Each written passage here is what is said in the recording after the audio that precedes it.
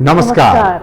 यो हो समाचारमा स्वागत छ। म दिपेश घिमिरे। म शशि नेपाल। सुरु गरौँ अहिलेसम्मका प्रमुख समाचारबाट।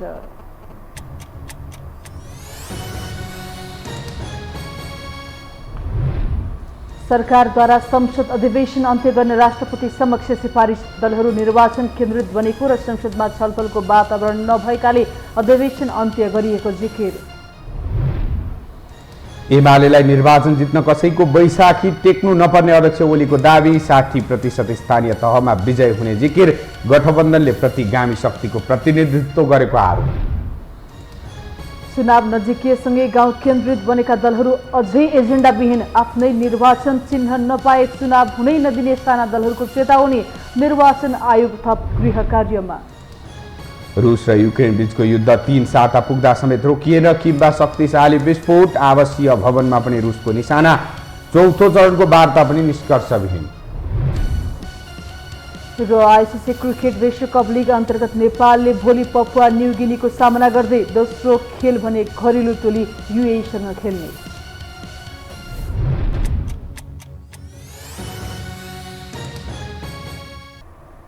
अब समाचार विस्तारमा। सरकारले चालु संसद अधिवेशन अन्त्य गर्न सिफारिस गरेको छ। आज बसेको मन्त्री परिषद बैठकले अधिवेशन अन्त्य गर्न राष्ट्रपति विद्यादेवी भण्डारी समक्ष सिफारिस गरेको हो। अधिवेशनको अन्त्य र सुरुवात सरकारको सिफारिसमा राष्ट्रपतिले गर्ने व्यवस्था छ। जारी अधिवेशनमा प्रतिपक्षीय दल नेकपा एमालेको अवरोध कायमै रहे पनि अमेरिकी सहयोग परियोजना एमसीसी व्याख्यात्मक टिप्पणी सहित अनुमोदन भएको थियो। प्रधान न्यायाधीश चोलेन्द्र शमशेर जबरामाथि लगाइएको महाभियोग प्रस्ताव संसदमा दर्ता भए पनि छलफल नहुँदै अन्त्य भएको छ। अब यो प्रस्ताव अघि बढाउन पेश भएको 3 महिना नपुग्दै अर्को अधिवेशन बोलाउनु पर्ने संविधानविद भीमार्जुन आचार्य बताउनुहुन्छ।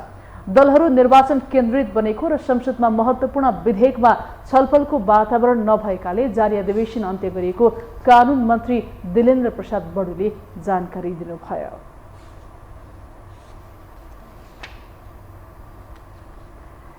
प्रमुख प्रतिपक्ष दल नेकपा एमालेका अध्यक्ष केपी शर्मा ओलीले आगामी स्थानीय तह निर्वाचनमा कम्तीमा 60% स्थानीय तहमा आफ्नो पार्टीले जित्ने दावी गर्नुभएको छ। आज काठमाडौँमा आयोजित अखिल नेपाल महिला सङ्घको 7औं राष्ट्रिय सम्मेलन आयोजना गरेको कमिटीको तेस्रो पूर्ण बैठकलाई सम्बोधन गर्दै अध्यक्ष ओलीले स्थानीय तह निर्वाचनमा 60 देखि 70% स्थानीय तहमा एमाले जित्ने दावी गर्नुभएको हो। उहाँले एमालेलाई निर्वाचन जित्नका लागि कसैको वैशाखी टेक्नु नपर्ने दोहोर्याउनु भयो। देखि 70% स्थानीय तहमा निर्वाचन जित्न सक्छौँ। सिटको हिसाबले, पालिकाको हिसाबले, अनेक हिसाबले पनि 60 देखि 70% हामी एक्लै जित्न सक्छौँ। त्यो संसारको तहमा यति जित्नका लागि सबै हामीले मिलाउन सक्यौँ भने त सर्वसम्मत हुन्छ होइन र? हामीले रोजेको प्रतिस्पर्धात्मक बहुदलीय व्यवस्था हो। प्रतिस्पर्धा त हामीले रोजेको हो। केही ठाउँमा त हामी हार्न पनि त तयार हुनुपर्छ। अध्यक्ष ओलीले नेपालको राजनीति प्रतिगामी शक्ति र जनादेश चाहने शक्ति बीचको 2 ध्रुवमा रहेको बताउनुभयो। उहाँले सत्तारूढ 5 दलीय गठबन्धनले प्रतिगामी शक्तिको प्रतिनिधित्व गर्ने उल्लेख गर्नुभयो। स्थानीय तह निर्वाचनको घोषित मिति नजिकिँदै जाँदा समेत निर्वाचनबारे दलहरूबीच विवाद कायमै रहेको छ। विशेष त साना दलहरूले आफूले निर्वाचन चिन्ह नपाए आन्दोलन गर्ने तथा निर्वाचन नै हुन नदिने बताइरहेका छन्। ठूला 6 दल चुनावी तयारीमा देखिए पनि चिन्ह र विविध कारणले साना दलहरू भने निर्वाचनतर्फ अग्रसर हुन सकेका छैनन्। एक रिपोर्ट। आफूहरू चुनाव चिन्ह विहीन अवस्थामै निर्वाचनमा जानुपर्ने अवस्था आएको भन्दै साना दलहरू आन्दोलित बनेका छन्। विगतमा पनि यो विवाद कायम रहेकोमा अहिले निर्वाचन मिति नजिकिएसँगै यो विषय बहसका रूपमा अघि आएको छ। स्थानीय तहको निर्वाचनमा खडा भएका उम्मेद्वारलाई चुनाव चिन्ह वितरण गर्ने सम्बन्धी व्यवस्था स्थानीय तह निर्वाचन ऐन 2073 को दफा 26 मा व्यवस्था गरिएको छ। उक्त व्यवस्था अनुसार राष्ट्रिय दलको मान्यता प्राप्त दललाई मात्र दलीय चुनाव चिन्ह दिने प्रावधान छ। यस्तै प्रतिनिधि सभा निर्वाचनमा समानुपातिकतर्फ 3% र प्रत्यक्षतर्फ कम्तीमा 1 सिट जितेको दल मात्रै राष्ट्रिय दल हुने राजनीतिक दल सम्बन्धी ऐन 2073 को दफा 52 मा उल्लेख गरिएको छ। यही प्रावधानका कारण साना दलहरूले दलीय हैसियतमा नभई स्वतन्त्र उम्मेद्वारको हैसियतमा चुनाव लड्नुपर्ने अवस्था रहेको छ। आयोगले साना दलहरूलाई निर्वाचन चिन्ह नदिँदा यो संविधान प्रदत्त हक र अधिकारको विरुद्ध भएको भन्दै राष्ट्रिय जनमुक्ति पार्टीले सर्वोच्च अदालतमा रिट दायर गरेको छ भने 37वटा साना दलले आफ्नो दलीय चुनाव चिन्हमा चुनाव लड्न पाउनुपर्ने माग राखेर आन्दोलनको घोषणा गरेका छन्। त्यस्तै यो व्यवस्था मानव अधिकारको पनि खिलाफ छ भनेर साना दलले राष्ट्रिय मानव अधिकार आयोगमा पनि ज्ञापन पत्र बुझाइसकेका छन्। आन्दोलित मध्येको एक दल राष्ट्रिय प्रजातन्त्र पार्टीले राजनीतिक दलले आफ्नो चुनाव चिन्ह नपाए स्थानीय तहको निर्वाचन हुन नसक्ने भन्दै यसको निकास सडकबाट खोज्ने चेतावनी समेत दिएको छ। राप्रपालाई हलो चुनाव चिन्ह नदिए स्थानीय चुनावमा भाग नै नलिने समेत बताएको छ। दल दर्ता गर्दाखेरि चाहिँ निर्वाचन चिन्ह माग गर्ने, त्यो निर्वाचन चिन्हलाई स्वीकृत गर्ने अनि अहिले निर्वाचनमा चुनाव चिन्ह नदिने, त्यो कुनै पनि किसिमले तर्कसङ्गत हुन्छ। चुनाव चिन्ह भनेको त पार्टीको मूल चाहिँ उसित सम्बन्धित विषय हो नि भन्दा यो कुनै हालतमा स्वीकार्य हुन सक्दैन र उनीहरूले यो चुनाव चिन्ह दिएन भने हामी कुनै पनि हालतमा निर्वाचन बहिष्कार गर्ने होइन, हामी निर्वाचन हुन दिँदैन। यद्यपि यो विरोधको समाधानका लागि आयोगले पुरानै चिन्ह दिन गृह कार्य भने थालेको छ। कुन जिल्लामा कुन पार्टीको सक्रिय सहभागिता छ भन्ने बारे आन्तरिक रूपमा तथ्याङ्क सङ्कलन गरिरहेको आयोगले यसकै आधारमा जिल्लामा सक्रिय दललाई मात्रै पार्टीको निर्वाचन चिन्ह दिने गृह कार्य थालेको हो, जसले चिन्हको विवादमा निकास देखिने सम्भावना भए पनि समस्या यति मात्र देखिएको छैन। विप्लव नेतृत्वको नेपाल कम्युनिस्ट पार्टी लगायतका अन्य पार्टी निर्वाचनकै विषयमा अनिर्णित छन् भने मोहन वैद्य नेतृत्वको नेकपा क्रान्तिकारी माओवादीले निर्वाचन बहिष्कार नै गरेको छ। त्यस्तै नेपाल मजदुर किसान पार्टी, राष्ट्रिय जनमोर्चा लगायतका दलहरूले भने वैकल्पिक शक्ति नै बन्ने गरेर तयारी गरिएको देखिएको छैन। लोकतान्त्रिक समाजवादी पार्टी पनि आन्तरिक विवादका कारण निर्वाचन केन्द्रित बन्न सकेको छैन, तर जनता समाजवादीले भने आफूहरू निर्वाचनमा होमिसकेको बताएको छ। 10-15 दिनदेखि बैठक गरेर हामी भर्खर सम्पन्न गरेका छौँ र हामीले निर्वाचन स्थानीय तह निर्वाचन आचार संहिता एउटा पारित गरेका छौँ। सोही अनुसार हामी निर्वाचनमा होमिसक्यौँ। हाम्रा सबै कार्यकर्ताहरू यसपटकको होली पनि अब निर्वाचनमै मनाउँदैछन्, निर्वाचनमा कार्यरत भइरहेका छन्। उम्मेदवार छनौट गर्नेदेखि लिएर, उम्मेदवारको योग्यतादेखि लिएर, उम्मेदवारी दिने प्रक्रियादेखि लिएर, त्यसपछिका प्रचार प्रसार, त्यसपछिका सुरक्षा सम्बन्धी, त्यसको आर्थिक व्यवस्थापन, यी सबै समेटेर हामीले त्यो निर्देशिका बनाएका छौँ। त्यो निर्देशिका अनुसार हामी निर्वाचनमा गइसकेका छौँ। यही अलमलका बीच ठुला दलहरू भने जनताका घर घरमा पुग्न थालिसकेका छन्। काङ्ग्रेसले जनताका घर घरमा पुग्ने 1 महिने कार्यक्रम सुरु गरिसकेको छ भने माओवादीले पनि निर्वाचन केन्द्रित 2 महिने अभियान सञ्चालन गर्ने भएको छ। यता एमाले पनि धमाधम स्थानीय तहका प्रमुख नै आफ्नो पार्टीमा भित्राउनेदेखि प्रशिक्षणसम्मका कार्यक्रममा व्यस्त छ। यो हो टेलिभिजनका लागि क्यामेरामा निशान्त तामाङका साथमा कुलचन्द्र विष्ट, काठमाडौँ। अब बाँकी समाचार। सत्तारूढ नेपाली काङ्ग्रेसका नेता प्रकाशमान सिंहले सर्वसम्मत ढङ्गले स्थानीय तह निर्वाचनको उम्मेदवार तय गर्न पार्टी नेतृत्वसँग माग गर्नुभएको छ। नेता सिंहले स्थानीय तह निर्वाचनको उम्मेदवार चयनमा सर्वसम्मत हुन नसके स्थानीय स्तरमा छाप छाडेका व्यक्तिहरूलाई उम्मेदवार बनाउनु पर्ने आवश्यकता पनि औँल्याउनु भयो। मङ्गलबार नेपाल निर्माण व्यवसाय महासङ्घका नवनिर्वाचित पदाधिकारीहरूसँग आफ्नै निवास चाक्सीबारीमा भएको भेटवार्तामा नेता सिंहले हरेक निर्वाचनमा चाप्लुसी गर्ने व्यक्तिहरूले उम्मेदवारी पाउने गरेको प्रति लक्षित गर्दै यसले सिंहको पार्टीलाई असर पारिरहेको बताउनुभयो।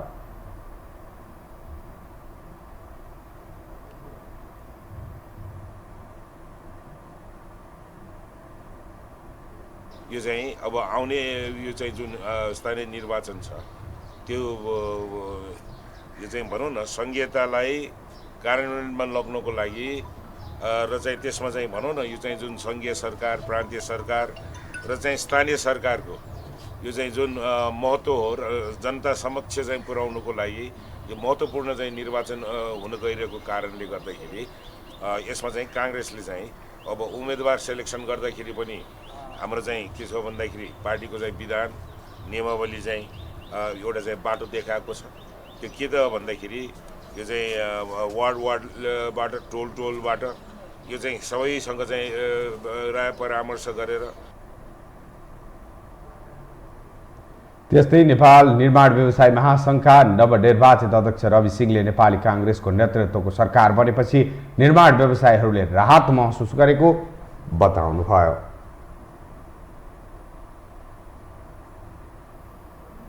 गृहमन्त्री बालकृष्ण खाँडले संसदबाट पारित एमसिसीको पक्षमा बोलिदिन उपभोक्ता अधिकार कर्मीहरूलाई आग्रह गर्नुभएको छ। मन्त्री खाँडले उपभोक्ता हितकै लागि सरकारले एमसिसी संसदबाट पारित गराएको उल्लेख गर्दै यसको पक्षमा बोलिदिन उपभोक्ता अधिकार कर्मीहरूलाई आग्रह गर्नुभएको हो। विश्व उपभोक्ता अधिकार दिवसको अवसर पारेर आज काठमाडौँमा आयोजित एक कार्यक्रममा बोल्दै उहाँले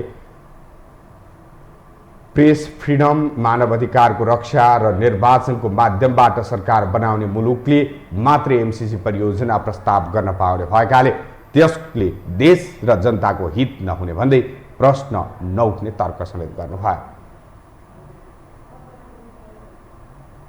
बनाउनको लागि हो, तर अब यहाँ मान्छेले के भन्दैन, एमसिसीले सेना आउँछ, हतियार आउँछ, गोला बारुद आउँछ, बिजुलीको तारबाट त बिजुली नै आउँछ, कहीँ सेना आउँछ र? त्यो पनि किन गर्नु पर्यो भने कतिपय खोला नाला नेपालमा ठुला र साना गरेर 6000 चाहिने नदी छ। महाकालीदेखि कर्णालीसम्मका ठुला नदी, कोशीदेखि गण्डकसम्मका ठुला नदी र साना नदी जोड्दाखेरि, साना खोल्सा जोड्दाखेरि 6000 छ।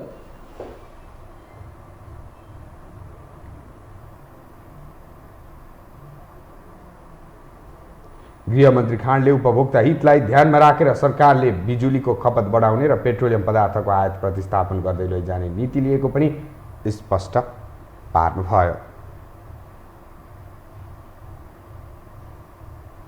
साउदी अरबका विदेश मन्त्री राजकुमार फैसल बिन फहरान अल साउद 2 दिने नेपाल भ्रमण सम्पन्न गरी स्वदेश फर्किसकेका छन्।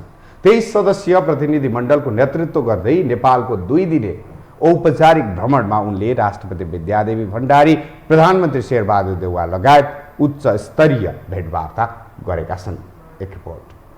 साउदी अरबका विदेश मन्त्री राजकुमार फैसल बिन फहरान अल साउदले राष्ट्रपति विद्यादेवी भण्डारीसँग भेटवार्ता गरेका छन्। मंगलबार राष्ट्रपति भवन शीतल निवासमा राष्ट्रपति भण्डारी र अरबका विदेश मन्त्री फैसल बीच भेटवार्ता भएको हो। भेटमा 2 देशबीचको सम्बन्ध, आपसी हित र चासोका विषयमा छलफल भएको छ। सोमबार श्रीलङ्काबाट नेपाल आइपुगेका उनले आजै प्रधानमन्त्री देउवालाई समेत बालुवाटारमा शिष्टाचार भेटवार्ता गरेका छन्। त्यसअघि नेपाल र साउदी अरब बीचको द्विपक्षीय उच्चस्तरीय बैठक पनि सम्पन्न भएको छ। सिंहदरबार स्थित परराष्ट्र मन्त्रालयमा भएको बैठकमा 2 देशबीचको सबै आयामहरूबारे छलफल भएको हो। बैठकमा नेपालको नेतृत्व परराष्ट्र मन्त्री डाक्टर नारायण खड्का र साउदी अरबको नेतृत्व साउदी विदेश मन्त्री फैसलले गरेका थिए। बैठकमा नेपाल र साउदी बीच जनरल कोअपरेसन एग्रिमेन्टमा हस्ताक्षर भएको परराष्ट्र मन्त्रालयले जनाएको छ। हस्ताक्षर दुवै देशका विदेश मन्त्रीले गरेका थिए।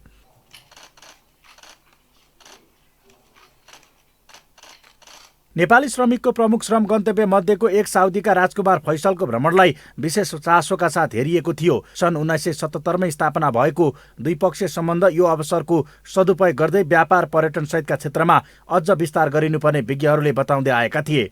दुवै देशका तर्फबाट उच्चस्तरीय भ्रमणलाई प्राथमिकतामा राख्नुपर्ने आवश्यकता औल्याएका उनीहरूले 2 देशबीचको श्रम सम्झौतालाई अन्तिम रूप दिने विषय प्रमुख मुद्दा बनाउनु पर्ने बताएका थिए। त्यस्तै इन्धन, पर्यटन, व्यापार र लगानी अभिवृद्धि लगायतका विषय उठाउन पनि यो उपयुक्त अवसर हुने उनीहरूको मत थियो। यही सुझावका बीच यो सम्झौताले नेपाल र साउदी अरब बीच सञ्चार, शिक्षा, संस्कृति, उद्योग, खेलकुद लगायतका क्षेत्रमा सहकार्य गर्न बाटो खुल्ने गरी सम्झौतामा हस्ताक्षर गरिएको बताइएको छ। विदेश मन्त्री समेत रहेका फैसल सोमबार साँझ 23 सदस्यीय प्रतिनिधि मण्डलको नेतृत्व गर्दै नेपालको 2 दिने औपचारिक भ्रमणमा काठमाडौँ आइपुगेका थिए। निजी विमान चढेर श्रीलङ्का हुँदै नेपाल आएका उनलाई त्रिभुवन अन्तर्राष्ट्रिय विमानस्थलको विशिष्ट कक्षमा परराष्ट्र सचिव भरतराज पौड्याल र नेपालका लागि साउदी अरबका राजदूत मुसैद सुलेमान एम अल मरवानी लगायतले स्वागत गरेका थिए। उनी आजै स्वदेश फिर्ता भएका छन्। हामीसँग समाचार बाँकी नै छन्। अहिलेलाई विश्राम।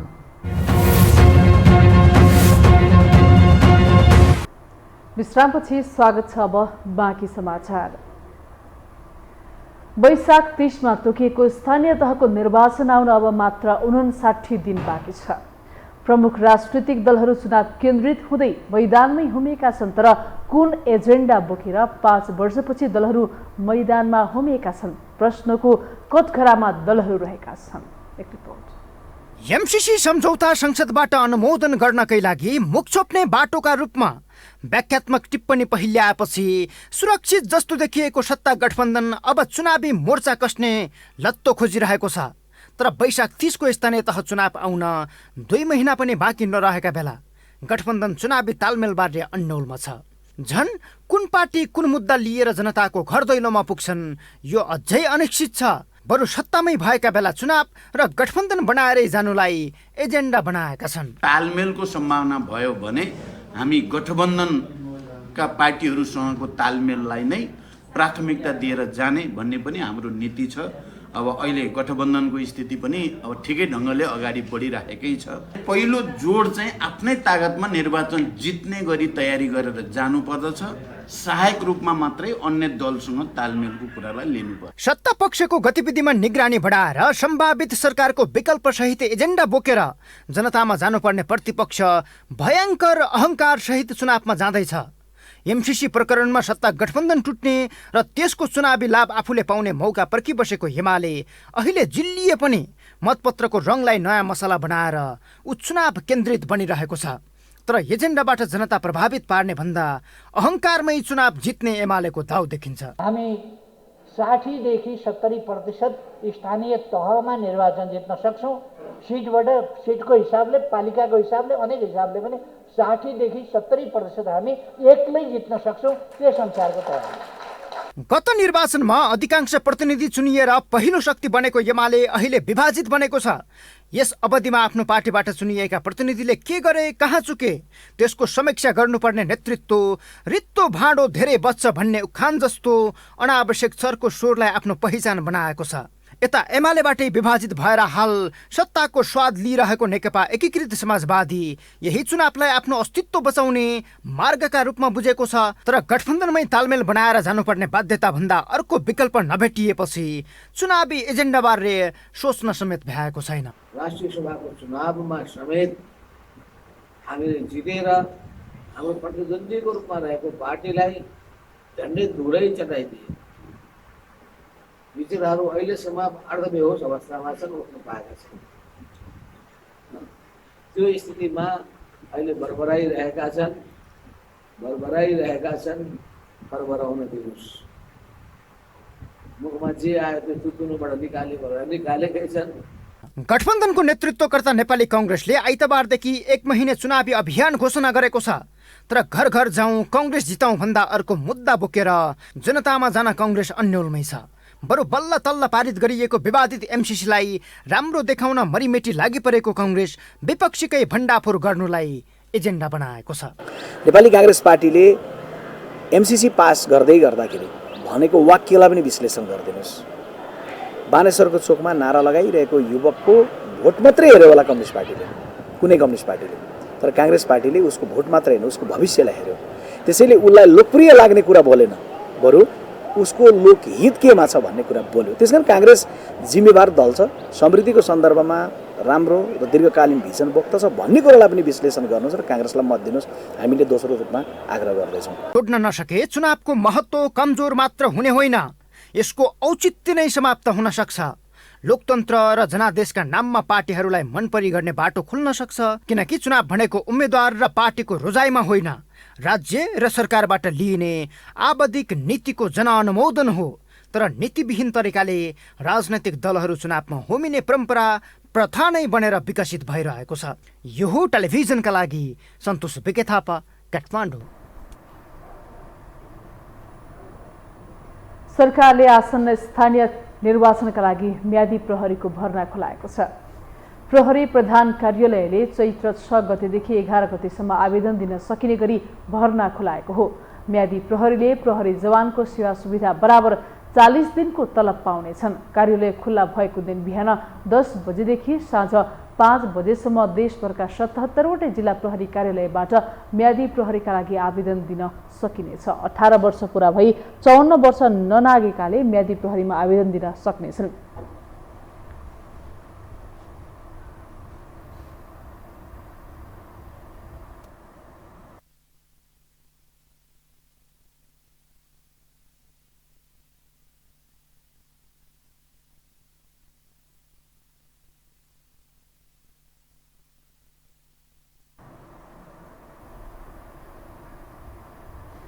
नेपालमा पछिल्लो दिनहरूमा तापक्रम बढ्दो मात्रामा रहेकाले सजग हुन विज्ञहरूले सुझाव दिएका छन्।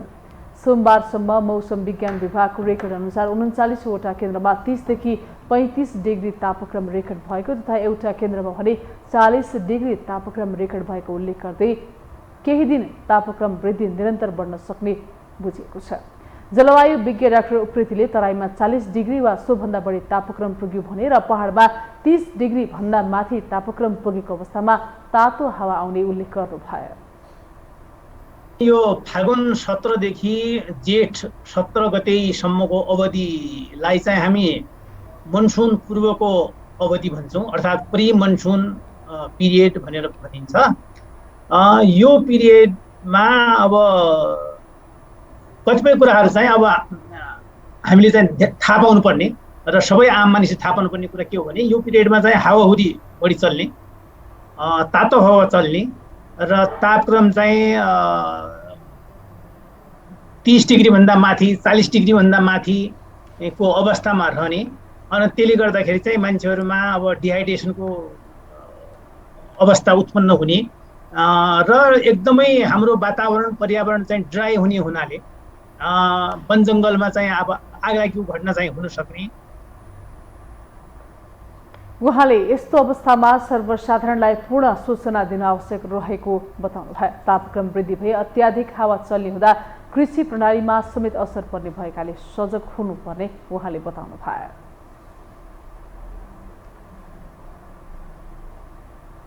अब बाँकी समाचार।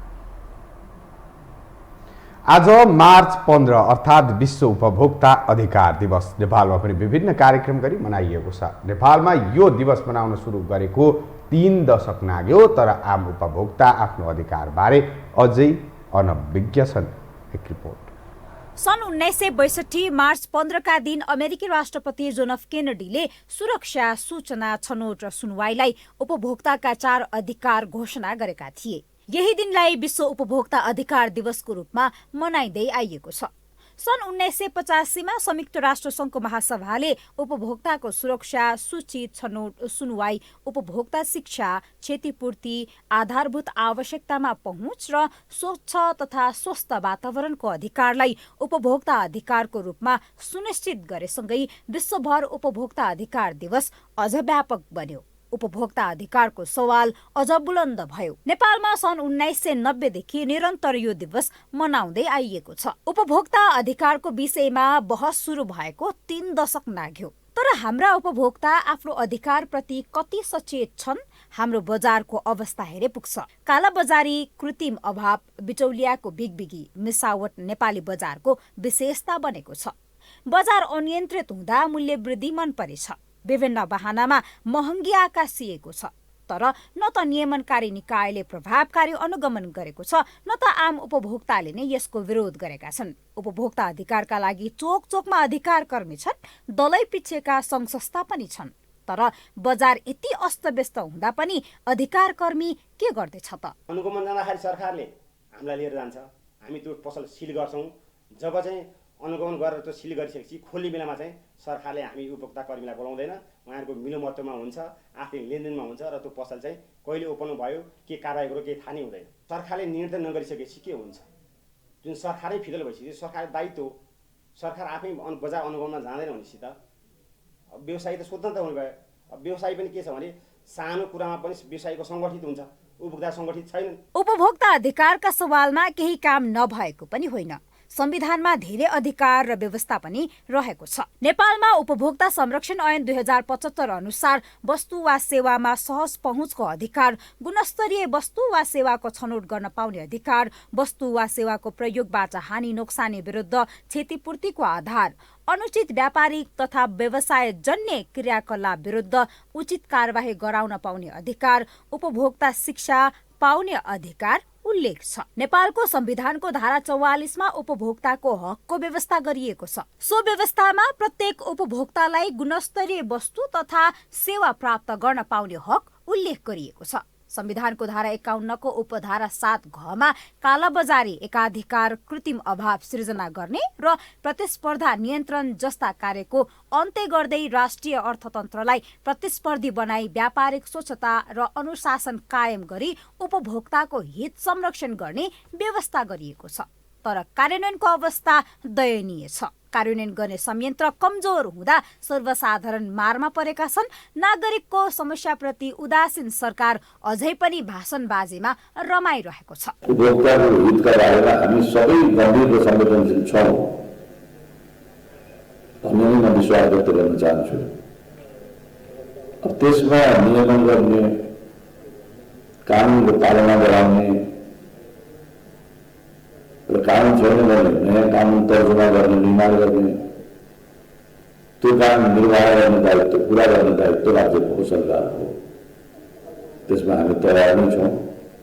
परिस्थितिलाई ध्यानमा राखेर परिमार्जन र संशोधनका साथ आफ्नो भूमिकालाई निवृत्त गर्ने नै छ, त्यो विश्वास म व्यक्त गर्न चाहन्छु। चालु आर्थिक वर्षको 7 महिनामा वार्षिक मूल्य वृद्धि 5.97% छ। आयातित अर्थतन्त्रका कारण अन्तर्राष्ट्रिय बजारमा मूल्य वृद्धि भए सामानको मूल्य केही बढ्नु स्वाभाविक हो। तर मुलुकभित्रै उत्पादित सामानमा समेत सरकारी संयन्त्रको कमजोरी र सीमित व्यक्तिको लाभका खातिर बिचौलियाहरूसँगको मिलेमतोमा सरकार आफै जनताको ढाड सेक्न उद्युक्त छ। यो हो टेलिभिजनका लागि क्यामेरामा सिरज श्रेष्ठका साथमा निम्लेकी शेर्पा, काठमाडौँ। पछिल्लो 24 घण्टामा थप 83 जनामा कोरोना संक्रमण पुष्टि भएको छ। स्वास्थ्य तथा जनसङ्ख्या मन्त्रालयका अनुसार 4734 जनाको PCR परीक्षण गर्दा 57 जना र 3150 जनाको एन्टिजेन परीक्षण गर्दा 26 जना गरी 83 जनामा संक्रमण पुष्टि भएको हो। कोरोनाका कारण आज कसैको पनि मृत्यु भएको छैन। पछिल्लो 24 घण्टामा 130 जना कोरोनाबाट निको भएका छन् भने हाल 4746 जना सक्रिय संक्रमित रहेका छन्।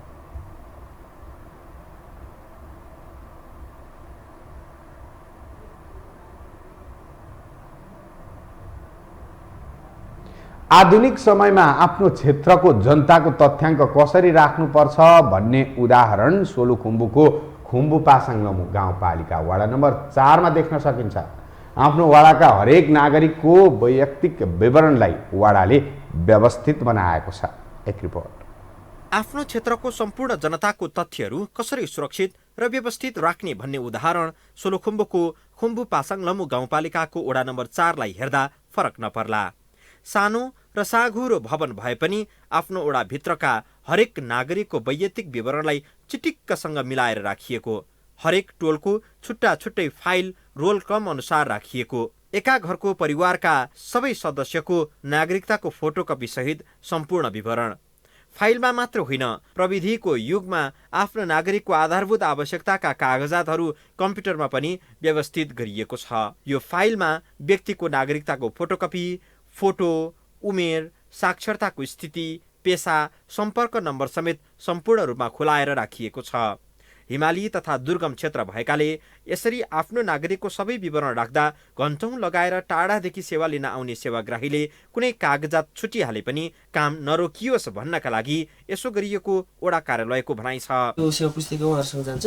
यो सेवा पुस्तिकामा उहाँको जस्तै अहिले 465 नम्बर चाहिँ यो किताबमा पनि यहाँ उहाँहरूको परिरिक लागत नम्बर हुन्छ यहाँ।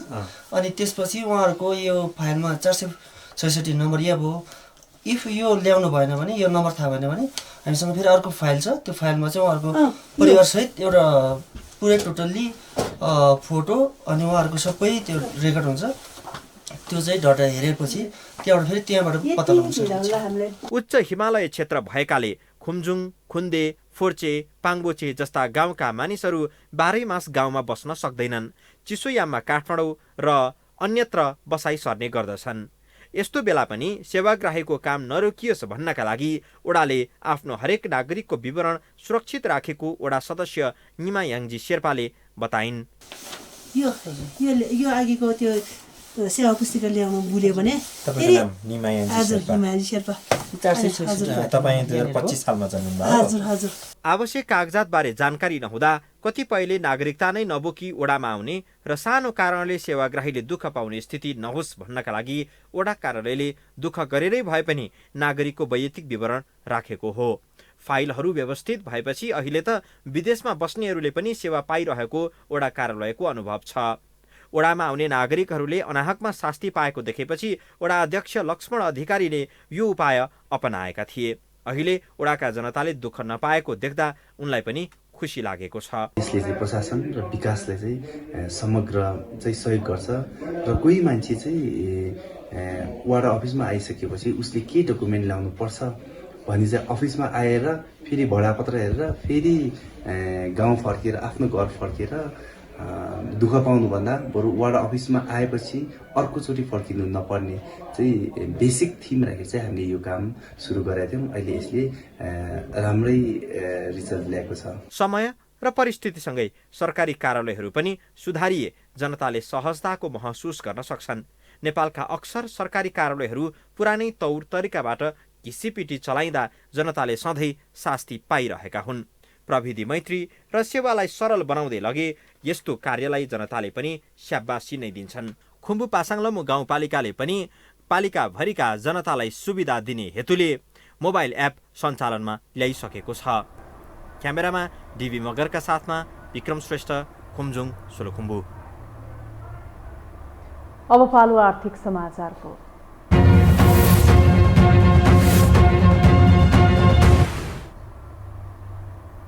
नेपाल स्टक एक्सचेन्ज नेप्सीमा साताको कारोबारको तेस्रो दिन आज दोहोरो अङ्कको गिरावट आएको छ। आज नेप्सी 17.15 अङ्कले घटेर 2650.97 बिन्दुमा रोकिएको हो। त्यस्तै आज कारोबार रकममा पनि गिरावट आएको छ। आज 3 अर्ब 36 करोड 42 लाख बराबरको कारोबार भएको छ। आज कारोबार भएका 52वटा कम्पनीका लगानीकर्ताहरूले कमाएका छन् भने 130 कम्पनीका लगानीकर्ताहरूले गुमाएका छन्। हामीसँग अन्तर्राष्ट्रिय र खेल समाचार बाँकी नै छन्। अहिलेलाई विश्राम।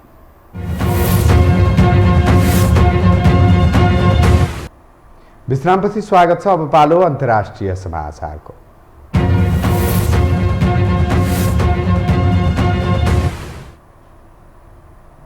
रुसले युक्रेनमा आक्रमण गरेको 20 दिन भयो तर युद्ध रोकिने छाँटकाँट अझै देखिएको छैन। सोमबार भएको वार्ता पनि असफल भएपछि युद्ध अझै कति समय चल्ने हो भन्ने यकिन छैन। एक रिपोर्ट। रुसले चीनलाई युक्रेनसँग लड्न सैन्य सहयोग मागेको भन्ने विषयले फेरि नयाँ प्रकृतिको युद्ध हुने छनक देखिएको छ। यदि रुसलाई चीनले सैन्य सामग्री मात्र सहयोग गर्ने हो भने युक्रेन थप दबावमा त पर्ने नै छ। पश्चिमा राष्ट्र समेत चिडिनेछन्, जसका कारण विश्व युद्ध नै हुने आकलन गर्न सकिन्छ। रुस र चीन एकातिर र पश्चिमा राष्ट्रहरू अर्कोतिर हुने निश्चित हुनेछ, जसको परिणाम अन्य साना राष्ट्रले भोग्नुपर्ने स्थिति आउन सक्छ। अमेरिकी अधिकारीले उल्लेख गरे अनुसार रुसले चीनसँग ड्रोन लगायतका सैन्य हतियार सहयोग मागेको छ। यस विषयमा रुसले भने कुनै प्रतिक्रिया जनाएको छैन। यता अमेरिकाले भने रुसलाई सहयोग गरे चीनले त्यसको घातक परिणाम भोग्नुपर्ने चेतावनी दिएको छ। अमेरिकाका राष्ट्रिय सुरक्षा सल्लाहकार जेक सुलिभानले चीनले रुसलाई सहयोग दिनु चिन्ताको विषय रहेको बताएका छन्। उनले अहिले आफूहरू निरन्तर चीनले रुसलाई गरेको सहयोगलाई नियालिरहेको बताएका छन्।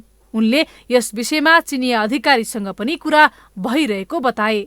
फेब्रुअरी 24 यता रुसले निरन्तर युक्रेनमाथि आक्रमण गरिरहेको छ। त्यसको प्रभाव रुस र युक्रेनमा त प्रत्यक्ष नै देखिएको छ भने अमेरिकामा पनि अछुतो भने रहेको छैन। अमेरिकाले युक्रेनलाई सहयोग गरे बापत ठूलो मूल्य चुकाउनु पर्ने रुसले चेतावनी दिँदै आएको छ। रुसी स्पेस एजेन्सी रसकस्मसका प्रमुखले अमेरिकी अन्तरिक्ष यात्रीहरूलाई स्पेस स्टेशनमै छाडिदिने वा स्पेस स्टेशनलाई नै दुर्घटना गराएर पृथ्वीमा खसालिदिनेसम्मको धम्की दिएका छन्। हाल अन्तर्राष्ट्रिय अन्तरिक्ष स्टेशनमा रहेका अमेरिकी अन्तरिक्ष यात्री 52 वर्षीय मार्क भन्दे हेई रुसी सोयुज यानबाट आगामी मार्च 30मा पृथ्वीमा फर्कने कार्यक्रम छ। उनीसँगै अरू 2 जना रुसी अन्तरिक्ष यात्री पनि पृथ्वीमा फर्किनेछन्। यसैबीच रुस र युक्रेनका अधिकारीले सोमबार भिडियो कन्फरेन्स मार्फत बैठक बस्दैछन्। दुवै पक्षबीच हुन लागेको नयाँ चरणको वार्तासँगै रुस युक्रेन युद्ध चाँडै अन्त्य हुने आशा पलाएको छ। साथै चर्किएको युद्ध अन्त्य हुने गरी प्रगतिको लक्षण समेत देखिएको छ। युक्रेनभर भीषण लडाईँ भइरहेको र त्यहाँको पश्चिमी क्षेत्रमा समेत फैलिरहेको बेला सोमबार वार्ता हुँदैछ। लडाईँ जारी रहेका बेला दुवै पक्षबाट आएका अभिव्यक्तिले युद्ध अन्त्य हुन सक्ने संकेत गरेका छन्। अब खेल समाचार।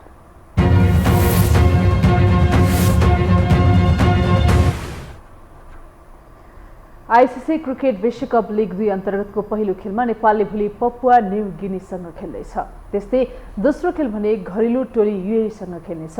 मैत्रीपूर्ण खेलहरू खेले पनि नेपालले युएई र पीएनजीसँग लिग 2 मा पहिलो पटक खेल्न लागेको हो। लिग 2 मा नेपालले 8 खेलमा 4 जित निकालेको छ भने 4 खेल हारेको नेपाल 8 अङ्कका साथमा अङ्क तालिकाको 6औं स्थानमा रहेको छ। लिगमा नेपालले सबैभन्दा कम खेल खेलेको छ। यस्तै 14 खेलमा 7 जित र 1 बराबरीका साथ 16 अङ्क जोडेको युएई तालिकाको तेस्रो स्थानमा छ।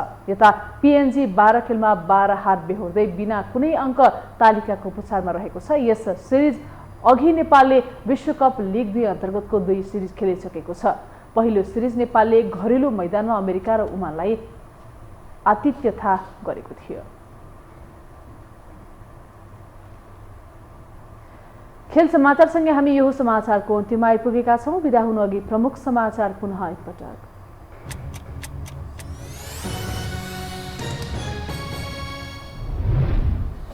सरकारद्वारा संसद अधिवेशन अन्त्य गर्न राष्ट्रपति समक्ष सिफारिस दलहरू निर्वाचन केन्द्रित बनेको र संसदमा छलफलको वातावरण नभएकाले अधिवेशन अन्त्य गरिएको जिकिर। एमालेलाई निर्वाचन जित्न कसैको बैशाखी टेक्नु नपर्ने अध्यक्ष ओलीको दाबी। 60% स्थानीय तहमा विजय हुने जिकिर। गठबन्धनले प्रतिगामी शक्तिको प्रतिनिधित्व गरेको आरोप। चुनाव नजिकिएसँगै गाउँ केन्द्रित बनेका दलहरू अझै एजेन्डाविहीन आफ्नै निर्वाचन चिन्ह नपाए चुनाव हुनै नदिने साना दलहरूको चेतावनी। निर्वाचन आयोग थप गृह कार्यमा। रुस र युक्रेन बीचको युद्ध 3 साता पुग्दा समेत रोकिएन। किममा शक्तिशाली विस्फोट। आवासीय भवनमा पनि रुसको निशाना। चौथो चरणको वार्ता पनि निष्कर्षविहीन। र आइसिसी क्रिकेट विश्वकप लिग अन्तर्गत नेपालले भोलि पपुवा न्यू गिनीको सामना गर्दै दोस्रो खेल भने घरेलु टोली युएईसँग खेल्ने।